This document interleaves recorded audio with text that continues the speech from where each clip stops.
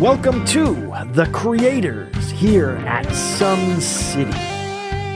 Coming to you every Tuesday and Friday, extended conversations that build community, making movies, making videos, making art, making whatever it is you make. This week in our first two episodes, our hosts, Tom Jackson and me, Will Rogers, squaring off to talk about The Creators. So subscribe to our channel, comment, and most importantly, watch Building with Us as we build community with you. Hi everybody, I'm Tom Jackson. Welcome to SomeCity, and this is our first installment in a series of live streams where we have interviews with artists of various types. And also you'll be hearing from them in terms of what they're doing, probably seeing and or hearing, depending on if it's a musician or a painter, writer, what have you. And these are all folks who come from around the Seacoast area. And today it seems like an appropriate first installment of this show for us to be interviewing Bill Rogers, who is a filmmaker and also the founder of SomeCity. And I'm very interested to hear him talk about what exactly SomeCity is all about. So let's get started. Cool. 63 High Street here in Somersworth. So for a long time I've wanted a place to bring others to work with and to serve more people. And so the gentleman who owns this space was available, and I said, let's do this. Let's start this right now. And he said, yes, go for it. Put your sign up, get a lease going, and go for it. So that's specifically what happened to get us in here. And of course, I came to Somersworth a few years ago when I started teaching at the Career Tech Center, the CTC, and we opened a new broadcast department and discovered a kind of plucky spirit here in Somersworth. I mean, just a city, one of the smallest cities in New Hampshire. I think it might be the smallest city in New Hampshire. It's just 10 square miles. But it's got there's a great attitude. This is a huge industrial town. The scale of the mills, I just learned about from the museum last year. The scale of the mills that were here in Somersworth was enormous. What remains, now a Clara, and I think it just sold out to somebody else, but before that was GE. That building, which looks really big, was actually just a postage stamp on the fuller buildings that lined the river. It was similar to Lowell or Lawrence or Manchester. Huge amounts of mills and enormously productive mills. And by the time I came into this area, all that remained was that GE building. But Somersworth is just a great place. So it's a great place to launch this SomeCity, and it's not just Somersworth. It's how this media can serve Berwick, York, Portsmouth, Durham, Rochester, Dover. So we're looking to create media that serves a lot of people. And of course, with YouTube serving somebody next door, you can just as easily create media and distribute it internationally. So the limitation, the barrier between one place to another is so fundamentally different with this new distribution mechanism. So that's why we formed this place, this SomeCity. So ideally, you're really just getting things rolling here. Say maybe by this summer, what would you want to see happening here at SomeCity by this summer, say? Yeah, that's good and important question. So, my background is as you and we got to know each other through your documentaries, through my documentaries. I got good fortune of working on one of your documentaries. And so documentaries and the new form of that is web vlogs, is putting stuff directly on the web So doing that, this new form of, well, it's, I say short form, but really the beauty of the web is that it doesn't only have to be short, that attention spans are fundamentally changing. The corner we're turning with media is so big we really can't see it. We really don't know where that's going. But we've seen for quite a few years how the first stage of this was, it's all short form. It's all really, things that grab your attention can be easily posted and that can become viral because they're just appealing. It's like a quick joke you can send to somebody. But what we've seen over the past 4 or 5 years is a lot of long format content. I think some of it came from gaming. People playing games. My son used to love watching, first when he was younger, Minecraft, and then other kids playing games, and he would watch that for hours on end. And I became really interested in longer format, generally talks. TED Talks are fairly short, but they're a little bit longer than what people thought that the web video was. And so a lot of people are realizing that when you don't have to serve that material and YouTube can put it up, you can put up longer pieces just as well. And now with live stream media, that's really, people are realizing that there's engaging people over a longer period of time is where YouTube seems to be headed. I mean, the key is that people are looking at stuff, and whether you're looking at short pieces, a bunch of short pieces, or long pieces, the key is people being engaged in what they want to see and looking for a very particular kind of content that feeds them.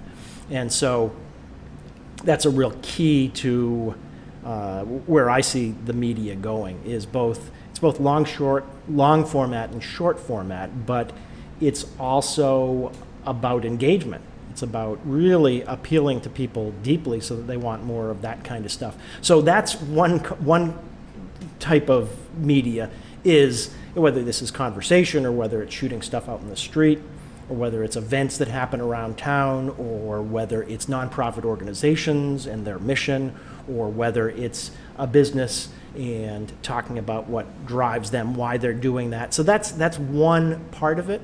But then longer format documentaries. I mentioned, a piece I'd love to do is on Gary Shuzinski, awesome accordionist, an amazing person, and also long distance swimmer that swims in the creeks year round. Great DJ too. He is, and he knows how to throw a party. Indeed. Pulling out that box, that squeeze box. So documentaries like that, but I'd also love to see dramatic films start to creep up and be put into the mix, specifically serving this community with media. So profiles of businesses, nonprofit organizations, events happening around here, working, where we don't have anything agreed upon yet, but we've got the principle of working with the city of Somersworth to provide more programming that we would presumably put on their local cable network, but also making that available to putting it on our YouTube channel. So that's one aspect, and that's sort of the first wave of what we'll be presumably creating, is this kind of vibrant media that speaks to people who are right here. But what I'm really interested in throughout my career is how can we bring that material to a wider audience? How can we find more people who want the kind of stuff that we're making? So, you're Out of Balance, the documentary I did on my uncle, who's developmentally disabled, documentary on a ski racer, Bodie Miller, who wanted to be the best ski racer in the world. These character-based events that happen about something that we really relate to and that we want to know more about. So that's the sort of long answer of what are we going to create around here. Yeah. But part of that is also finding other creators, other people who are creating stuff. Well, I was just going to ask you about the people who you're hoping will become involved in this. So. Yeah, well, I hope that Tom Jackson gets involved in this. And by your presence here today, I'd say that de facto, there we go. We're heading in the right direction for sure. Yeah. And so other makers, other people who want to create something and are aware that they want to speak to an audience, they want to speak to people around here. So that's a creators in terms of people making videos, creating media. But then there's also creators, artists in the sense of musicians, visual artists, sculptors, playwrights, filmmakers, people who are creating stuff, not only or not necessarily for this community, but people who are just sort of constitutionally set up to create stuff. That's what they do. And I know meeting other creators has been a vital part of my life, finding people who are defined by just looking around and saying, oh, wow, this is cool. This is interesting. Both the immediate things that we see and hear, but also what's the meaning of that? And finding people doing things which define what their relationship is to the world they live in. That's what gets me going, is finding people who are engaged in wherever they are, whatever they're doing, and find something happening around them or far flung that they find interesting. And, I say interesting, fascinating, but, certainly you didn't say, oh, this is a really cool company. I want to spend more time interviewing the people with this company. We'll spend some other time talking about, your work, but it was not saying, wow, these people are absolutely fascinating, except that, the first film I saw of yours was Missile Street, and that was people who were fascinating. Mm-hmm. But something was happening to them that you couldn't put down. You needed to know more about who they were and what was happening to them.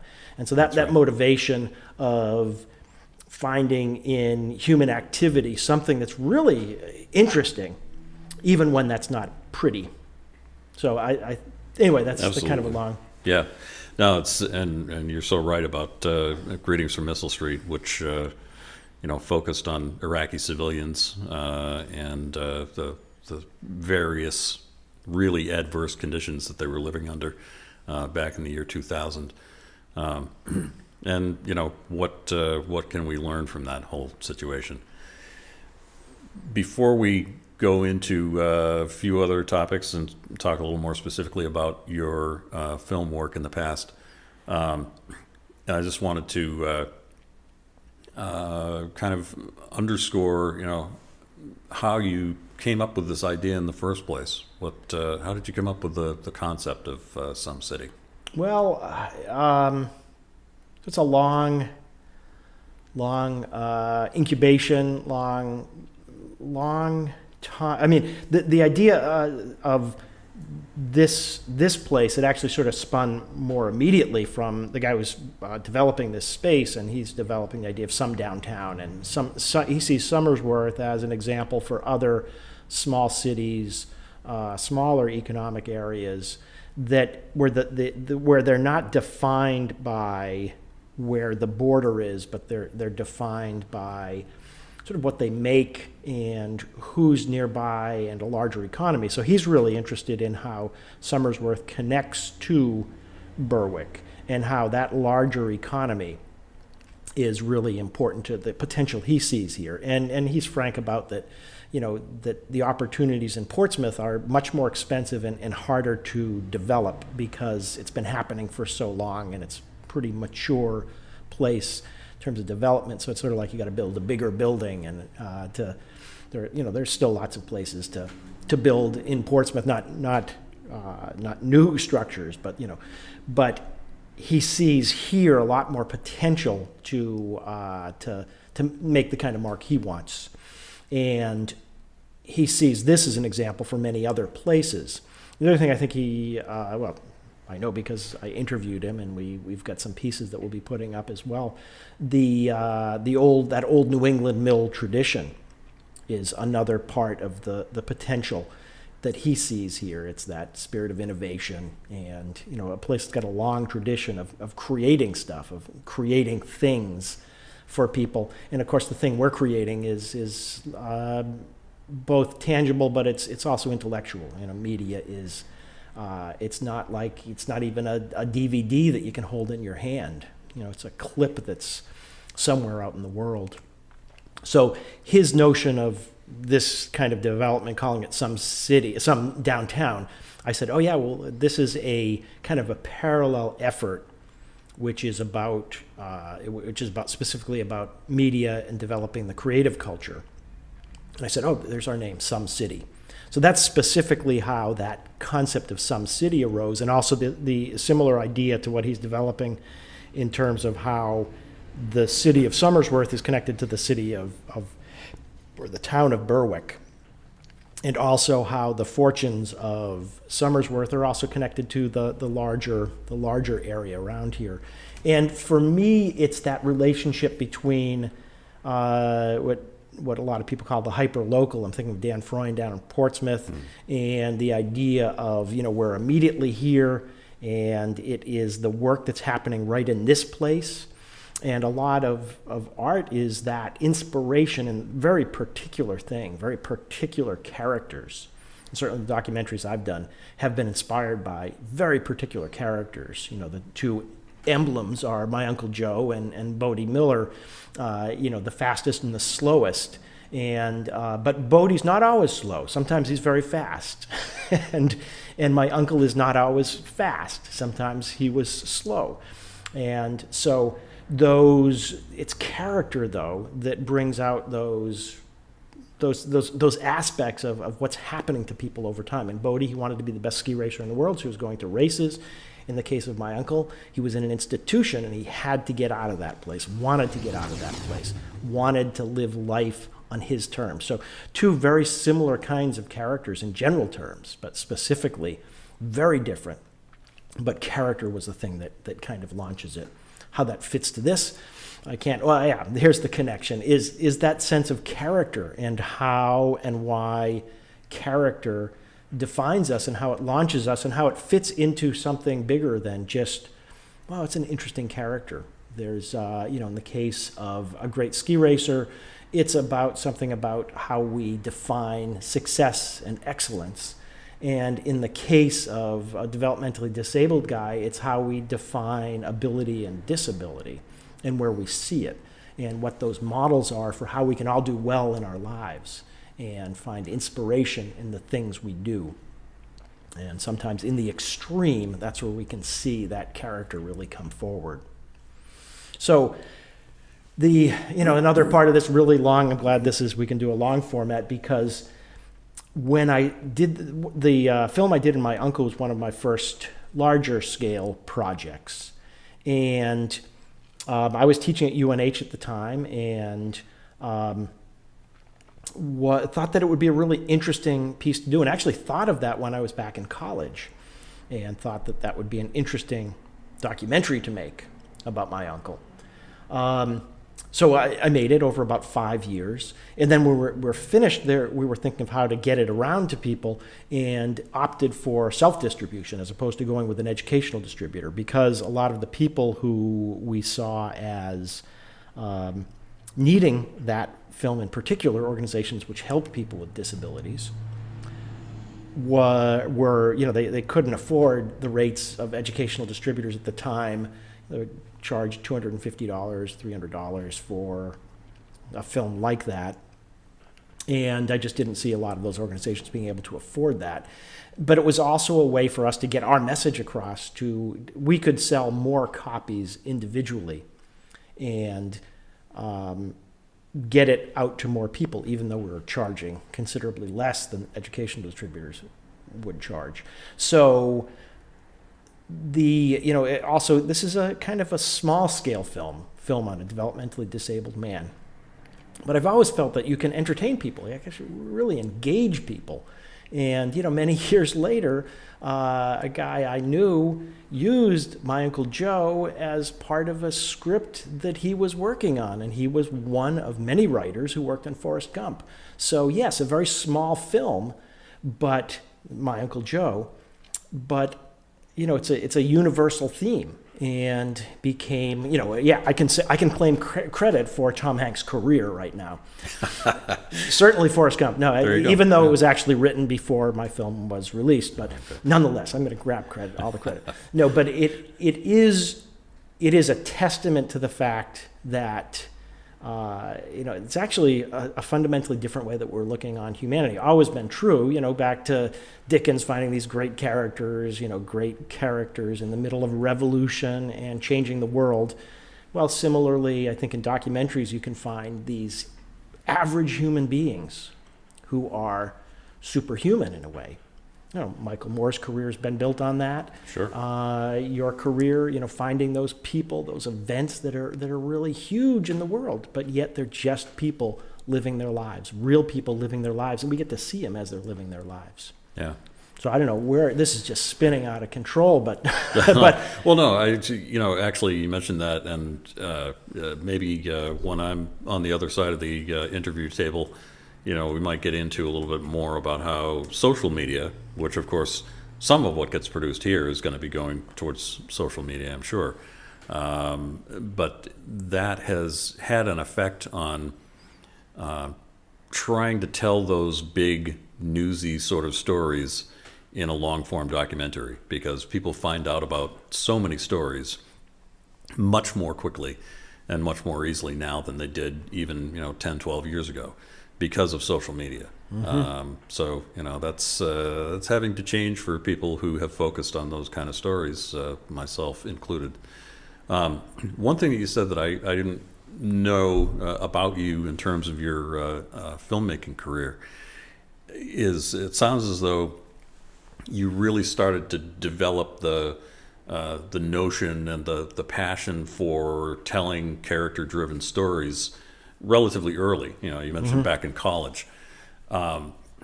What about influences? Were there particular filmmakers or even other types of artists who influenced you in a sense to kind of take that passion forward? Yeah, probably. I'd say, and actually I did an undergraduate thesis and talked about the film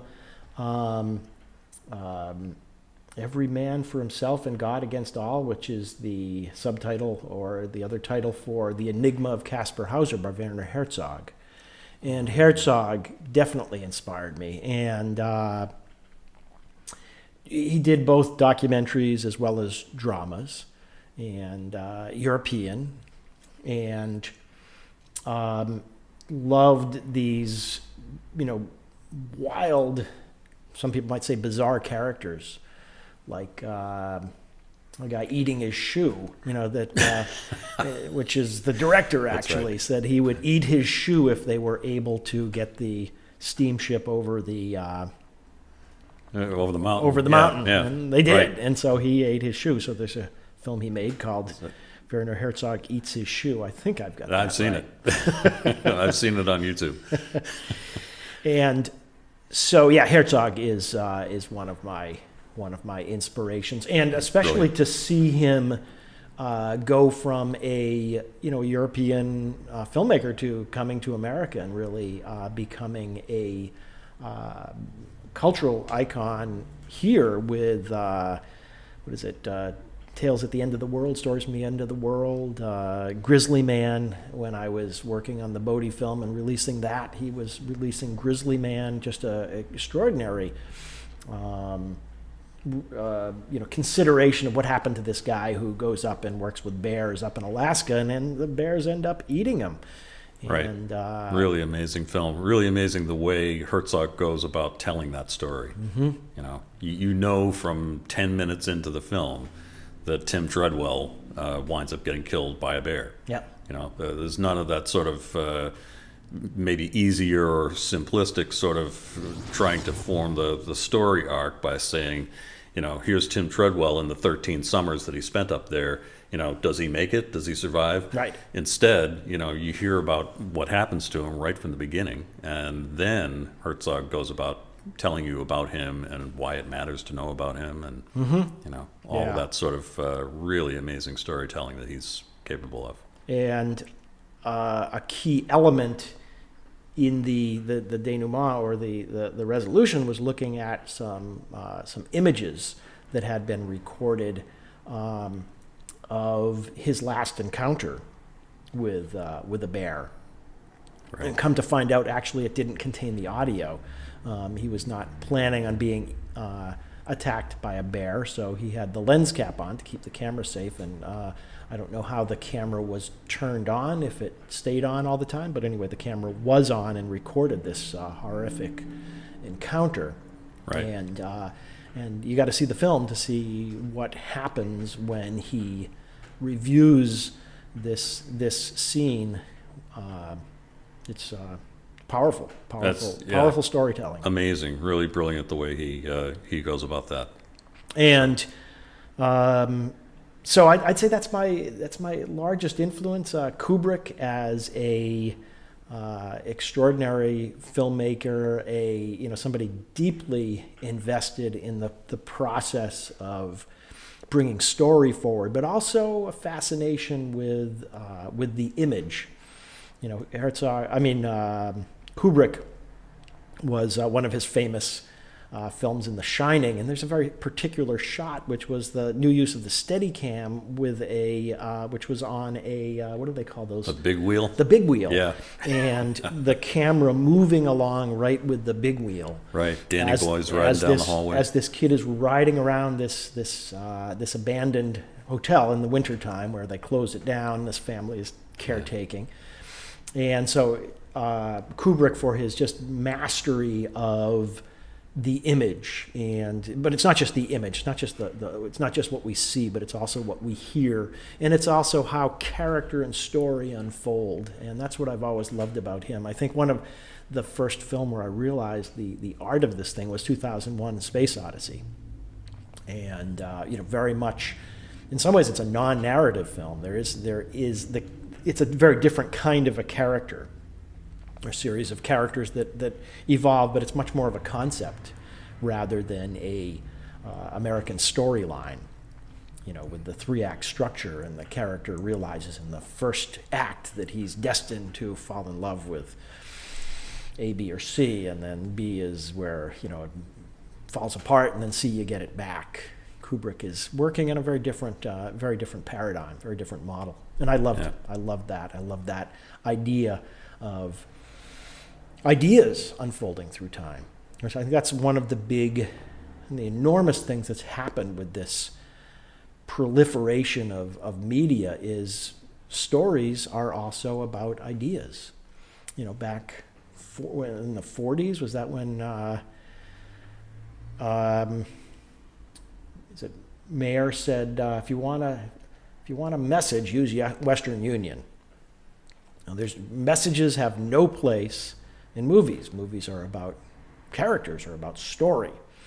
And we've realized in recent years that stories are about ideas, and you can make a movie about a typeface. You can make a movie about That's right. a big oil company. You can make a movie about any number of concepts, and you can take your audience through that and make a movie about electric cars. Who killed the electric car? Right. But oftentimes, and I think, one of the guys we were talking about earlier is Michael Moore, who built a number of films around ideas. And he finds characters in those ideas, and he's brilliant at it. I've always felt like content, not that production values are unimportant. They are, of course, important. But, if you as a documentary filmmaker can give people something not only engaging but compelling in terms of the content that you're presenting to them, something they've never heard or seen before. Yeah. That's really key. I mean, there's been such a proliferation of video online, right, with YouTube and everything, and some of them are good for what they are, but it's really the stuff that is giving the audience something that they've not seen or heard before, that's really compelling for them, that's going to get the most attention, really. And that reminds me of that compelling content, and also I was always interested in dramatic films.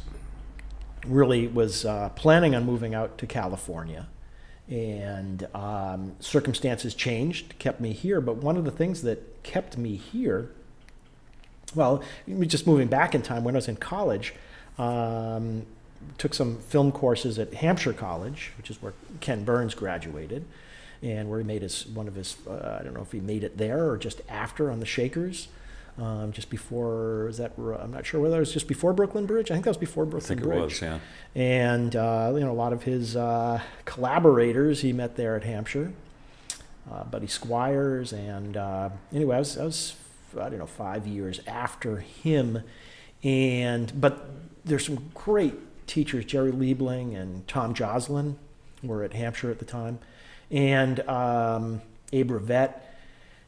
And I remember I remember one day I went to two movies, not both there, but I remember seeing Apocalypse Now with Marlon Brando and Martin Sheen. An amazing movie. And then I saw another film called, it was Warrendale. And it was a cinema verite documentary about a sort of a halfway house for troubled adolescents. And I just remember so clearly, I saw Apocalypse Now, and then I saw this Warrendale, but within a day of one another. And I remember thinking how that documentary about these kids who just have a hard time getting through any day captured the horror so much more profoundly than Marlon Brando, doing this wonderful stuff, pulling his hand over his head and his bald head and all of the, the huge scale and scope of Apocalypse Now. An amazing movie, but it was just a movie. And you want to capture the horror. You spend a year with kids who are profoundly unhappy. You don't need Vietnam War.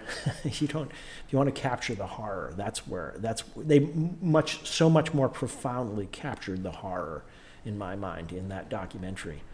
And I think I was still interested in drama after that point, but that's where I realized the extraordinary power of documentary, of reality, to capture very deep human emotions. Yeah, and totally agreed on the. You can do that even within the context of something mundane like a font. Yeah, something like that. Yes. Yeah. So that's the challenge, but it's also the thing that makes it so compelling for a lot of people who will wind up watching your production. Remember the documentary as we were looking at Out of Balance? I think we all looked together at The Corporation. That's right. The corporation as a concept, as a construct, and another one that was an idea, not a central personal character, but the concept of what is a corporation. What does it mean to give personhood to a thing like that? That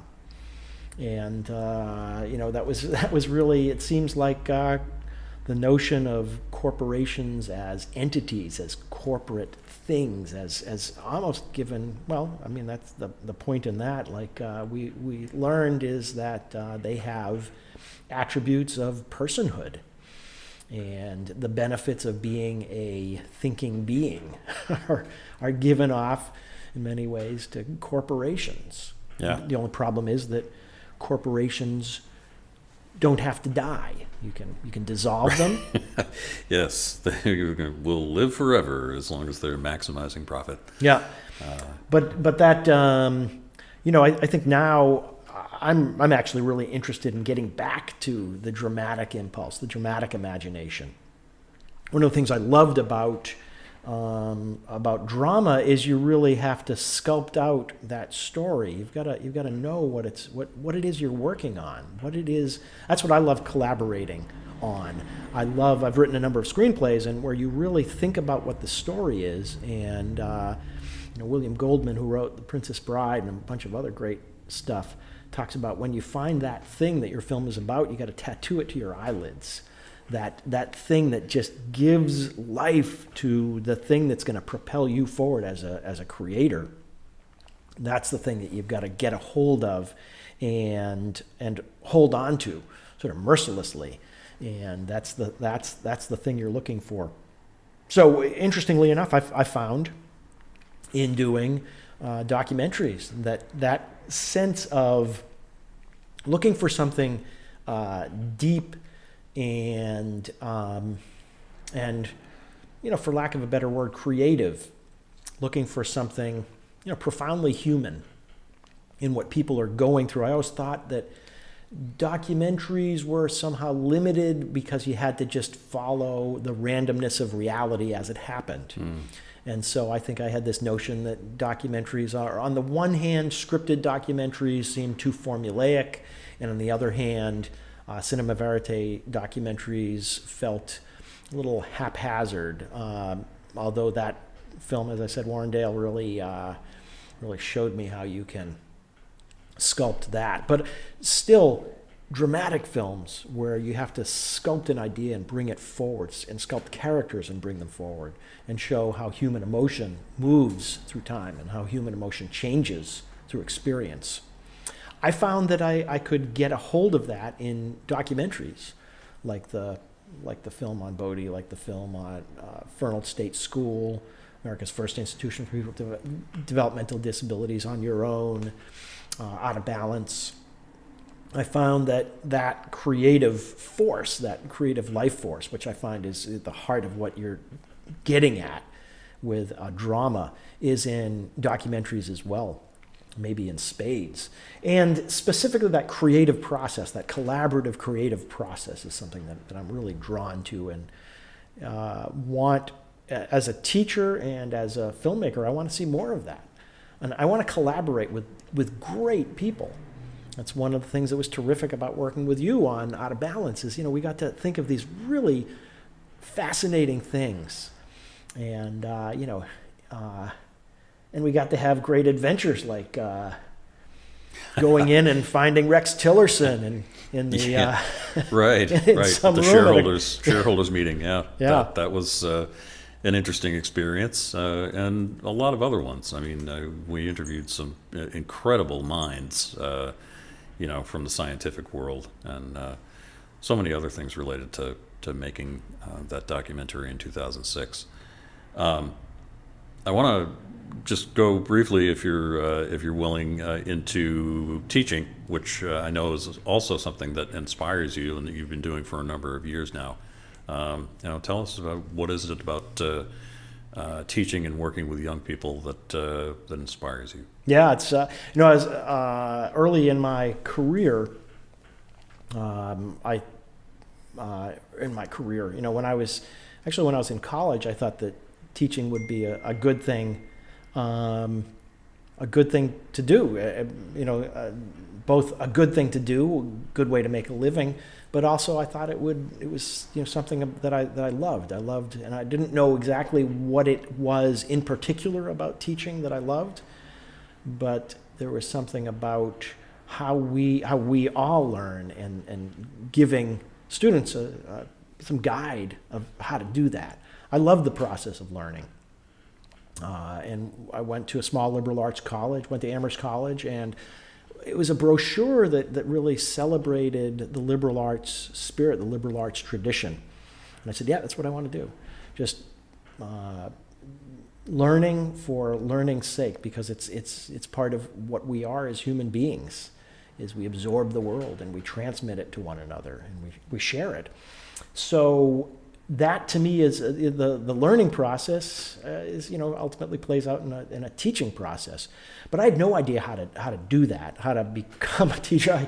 I made the I think it would have been good if I had taken like a teaching course, but I didn't. They didn't have teaching courses at the place where I was, and they didn't know about things like teaching certificates. But after I graduated from college and I was in the work world. Actually, ran into some friends at a party. They taught at UNH, University of New Hampshire, your place now. And I think the same people who brought me in, I think might have brought you in, Jack and Sheila. Mm-hmm. And they said, you do this stuff. You should you can come in. They needed, at the time we had a TV production course at the Channel 11 studio, a live TV production course. They said, you can do that. So I said, sure. So I did. And then I think right at the beginning of the semester, the gentleman teaching screenwriting had a heart attack, and they asked me if I could fill in for him. And after he recuperated, after a month and a half or so, he said, well, you've been, it'd be kind of silly to, after 6 weeks or 8 weeks or whatever it was, for me to come in and try to, why don't you just finish the class off? And so that started 5 years teaching at UNH. And that was my first teaching experience. I remember my first day teaching. I had assembled what I thought was a huge amount of notes. And after about 15 minutes, I'd come to the last page of notes. Oh. And there's nothing else there. And so I just, I made them all feel really good. I said, well, that's all we need to cover today because it's a lot. And you just go home and think about that. And we'll be back next week. And they said, yay, we're getting out of class early. So I had some work to do. And one of the things that I needed to do was I needed to engage their imaginations on screenwriting. They had to write. They had to think of what a scene is. And so I came up with the first scene, which was a chase scene. I said, write a chase scene. All right. And also the other thing that they needed to know is the same thing I needed to know when I was writing a screenplay. What do they look like? What's the format of a screenplay? What's dialogue? Where is dialogue on the page? Where's character? What do you put in description? How do you set a scene up? When do you go from? So a chase scene is a great way for all of you out there. Write a chase scene if you want to learn how to write a screenplay, because it's going to force you to think about where one scene ends and another begins. So are we outside of the car as it comes careening around the corner, smoke coming up from its tires? Are we looking at that and it streams past us? Or are we inside the car? Are we in the interior of that car, storming down the street?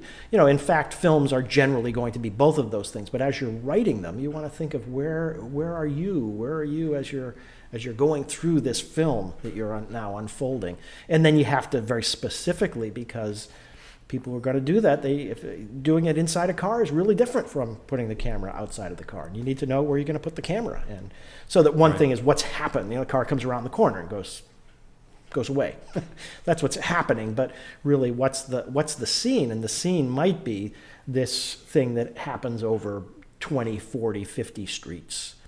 And so just describing that is the key to the start of what your story is about. And then, of course, having that indented character, the realization that dialogue is the real building block of it. That the description, yeah, that's important. We need to know where we are. But really the building block is when those characters start interacting with one another. Yeah. Well, you've got me thinking of Steve McQueen. Yes, that's it. In his Mustang, being chased by the guy in the Dodge Charger in Bullet. Yes, classic chase scene. Absolutely. So that, anyway, teaching, that's something that, it just happenstance allowed me to teach at University of New Hampshire, and then I taught a couple of years at Keene State and was on the New Hampshire State Council in the Arts and Education roster, so I taught all different grade levels from kindergarten up to high school. And then quite a few years ago, I was asked to teach at Portsmouth High School, and so I started high school teaching, and that's when I got my credentials. It was after teaching for about 15 years at that point, and New Hampshire has an alternative way of getting your credentials. So, and the way I started teaching when I was teaching at UNH from that TV production class is turn those cameras on. Okay, cameras are now on. You got multiple cameras. Where should you put them? Well, what's in front of them? What's happening? You're going to do a talk show. You're going to do a little game show. Maybe you can do that punting game or beer pong without the beer. What's happening in front of those cameras, and you got to decide that. And, so some of my star students did psychic detectives, and.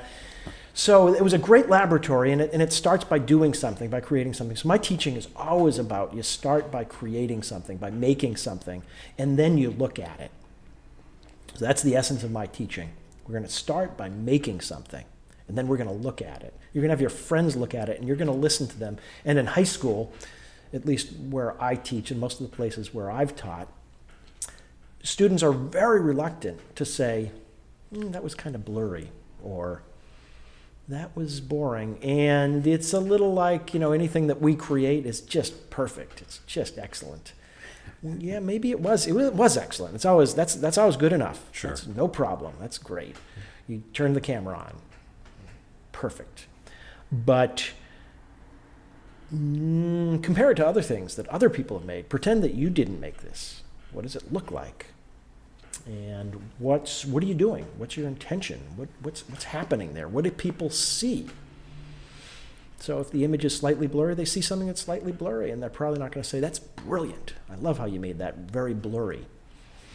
Unless there's a very good reason for it being blurry. But they're just going to see something where the audio's not very good and it's kind of tilted, and so going through that process of saying, oh yeah, we can do it a little bit better next time. And then the other thing I love doing is put it up in front of people, cut it together, and then show it. So the laboratory is always that you got to get it in front of people. You got to see how they respond, and then make it better each time, presumably. Or find out what your intention was. What did you want people to feel as a result of this? And then see if you got there. And if you didn't, make it better the next time. So, it's interesting. We have a new leader of our school, and he's asked us what drives us in our teaching. What are the basic sort of non-negotiables that we want as teachers, both in terms of what do we consider, what is teaching for us, what is good teaching for us, and what's the base level that we need. Because as he thinks about how we can all reform this place, he wants us teachers to think about what's the base level, because we've got to come to some agreement. So education and teaching for me has always been about making stuff. And that includes, I did some substitute teaching at different grade levels, and I loved thinking about, I remember going into a social studies class. They were doing middle school, talking about Einstein and Faraday, and from a textbook. And I remember just sort of jamming, saying, wow, this is so cool. And it's about things being attracted to one another, gravity and the force of matter moving around, and isn't that cool? And it's like you're walking down the hall and there's somebody you like, and you feel this invisible force, which in middle school pushes you away from that person, because if you get too close, you're going to reveal how attracted you are to that person. Or maybe you're really bold and you let that attraction pull you to it, but it's just electrons flying around in your brain that are kind of charged. You're looking for the positive. Your negative electrons are drawn to it. So there's that. I just find that really fun, really cool. I find learning, and I think if you think of it in terms of an image, how people are attracted, how matter is attracted or repelled from one another, you just can find interesting things happening. Well, speaking of an interesting thing happening that's related to attractions, looking back over your sort of parallel and connected careers of filmmaking and teaching, do you feel like nowadays are you seeing a higher percentage of students who are attracted to the idea of producing their own content? It's a good question. Yes, we're building this program at in Somersworth, and so we're getting students to realize this is a really good place to come in and create, and so we're finding and cultivating those. It's a little like the chocolate factory. You can come in here and eat as much chocolate as you want. And my mom always told me that's what they told her when she walked into a chocolate factory. And after a week, you go, ooh, chocolate again? So they can eat as much chocolate in the form of media as they want. Mm-hmm. But really what they want to do is watch YouTube. And so I think that making films is actually about being quite active. And it's not about just responding to something someone else creates. You got to go out there and create stuff. And it's work. It's real work. So I'm finding and attracting the students who want to come in and have fun with this stuff. So it's a different kind of work maybe than a calculus course or a of course, in American government. But that's all part of the same process of just seeing how things are and seeing how things work and seeing how things work by creating things. I have a good friend, Ernie, who is a social studies teacher, and I just loved the things that he came up with to engage these subjects. So you create a little government structure in your class. There's so many ways that we all create things. Actually, this is something I want to mention because I think there might be a dovetail here. This is a third pole, and that's creating community. So we talked about SomeCity, and to me, my teaching is very much related to the kind of places that we build. When I did that documentary on, my first documentary was about my uncle, and then I did the film about Bodie, but at the same time was doing one on America's first institution for people with developmental disabilities, which is in Massachusetts. And it was really about how we create categories for understanding people. But with the institution, that was a way of controlling people. And so we start controlling people when we think that they need to be controlled. So when we see that there are people who aren't working well in society, we say we got to do something for these people, maybe to these people. And so we start creating buildings for them. And in the beginning, Fernald is a great case study because in the beginning it was a small school. It was a small place where people could be trained to return to their community. But with IQ tests, with people saying, we got to do something with these people, then it became a place to contain people against their will. And it became a place where we hold people against their will. So in the darkest days of the institution, there was no intention of ever returning them anywhere, that all we were doing was keeping them away from society. And that's when, evils occurred at so many evil things happened at institutions because we really felt that nothing could be done with these people. Now, people with severe disability, there's a way to do that in a humane fashion where you can provide a very nice place. And so the idea of the institution was the asylum. And the political asylum is where you keep people safe from bad things that can happen to them. Come to America, get asylum in America where you can be safe from wars. That's a quaint notion, isn't it?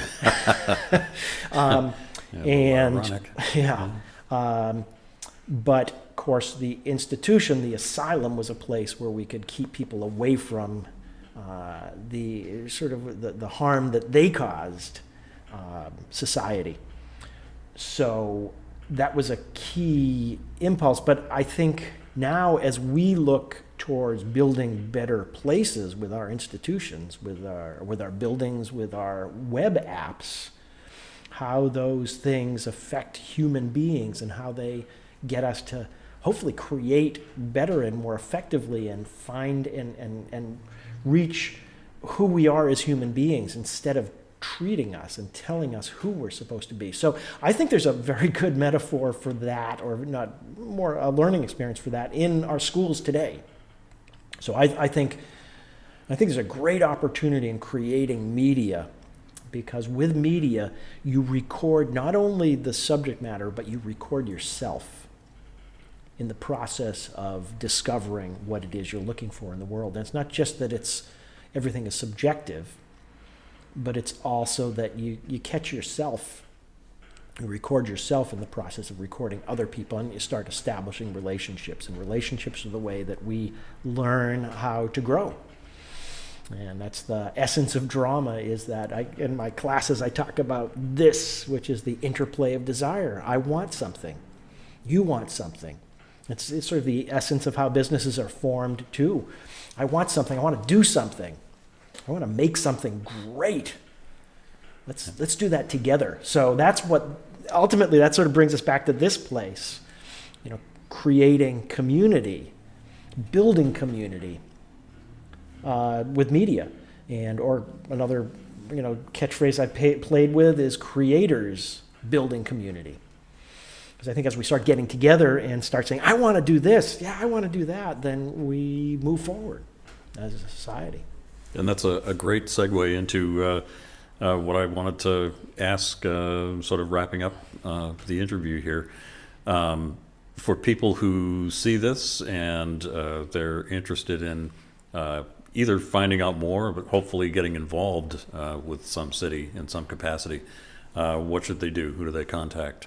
So, we're in the process of sort of institutionalizing that, of figuring out. So here at C3 High Street in Somersworth is where we're headquartered, and Coraway is the underlying nonprofit organization behind this, CORUWAY.com and .org. Either one will get us. And SomeCity will have a website.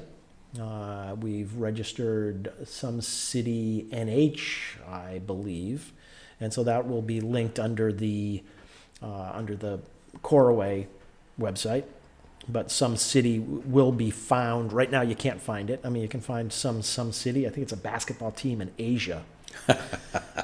Just SomeCity, Which could be quite interesting. Yeah. Of course. We're not saying anything against that. But we will have a location here, and we'll have these cameras. We'll have expertise like yours. It's a collaborative. What form that specifically takes, we're sort of working out those details. Are we going to have we'll have some edit stations. Will people be able to come in here and rent those for a minimal cost? Probably. But we will be having some meetings and figuring all that stuff out. So it's right now. One of the things, yes, here's a very specific action step. Subscribe to the Coraway YouTube channel. I was going to mention that. YouTube.com/Coraway. We want to build our subscriber base. That's probably the single most important thing right now, is to build our subscriber base, because we want people to connect to our media, and it's a lot of it. I think I'd actually, I kind of rambled through a bunch of stuff, but my work has been in a few, to me, important camps, which is disabilities, disabilities and abilities, it's education, and it's innovation and character.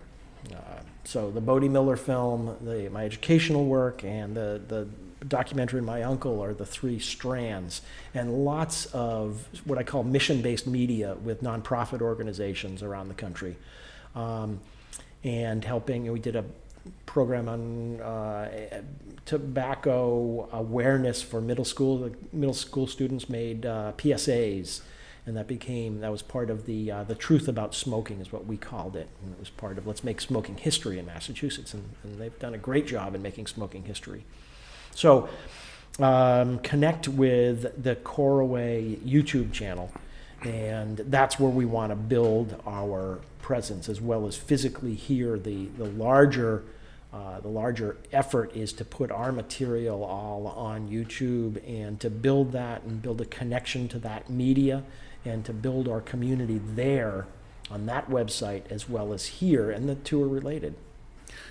So subscribe to the Coraway Films YouTube channel, and that will help to keep you up to date with what's going on with SomeCity. We're hoping that people will want to get involved, and the other thing that you can do that would be great is smash up the likes, as they say. Give us a like if you like what you're seeing and hearing. I think it's a tremendous opportunity for people in the area to come in here, and the other thing that it does for people when they create content and get it out there, it gives them an opportunity to share their thoughts and their voice with the broader community. On YouTube, could be anywhere, could be SomeCity anywhere. Yeah. So, well, thanks, Tom. Well, thank you so much for the interview, and all the best of luck with developing SomeCity. And I also want to point out that you're going to be back here. You've got a real way of weaving a terrific interview. So I want more of that. Yeah, well, and so speaking of that, this is going to be a regular weekly program on the arts and artists of various types. So it will be a regular thing. We don't have a name for it yet, So, you know, if you're... Send us your names. Yeah, if you've got an idea, you know, why not? But thanks for watching, and we'll see you next time.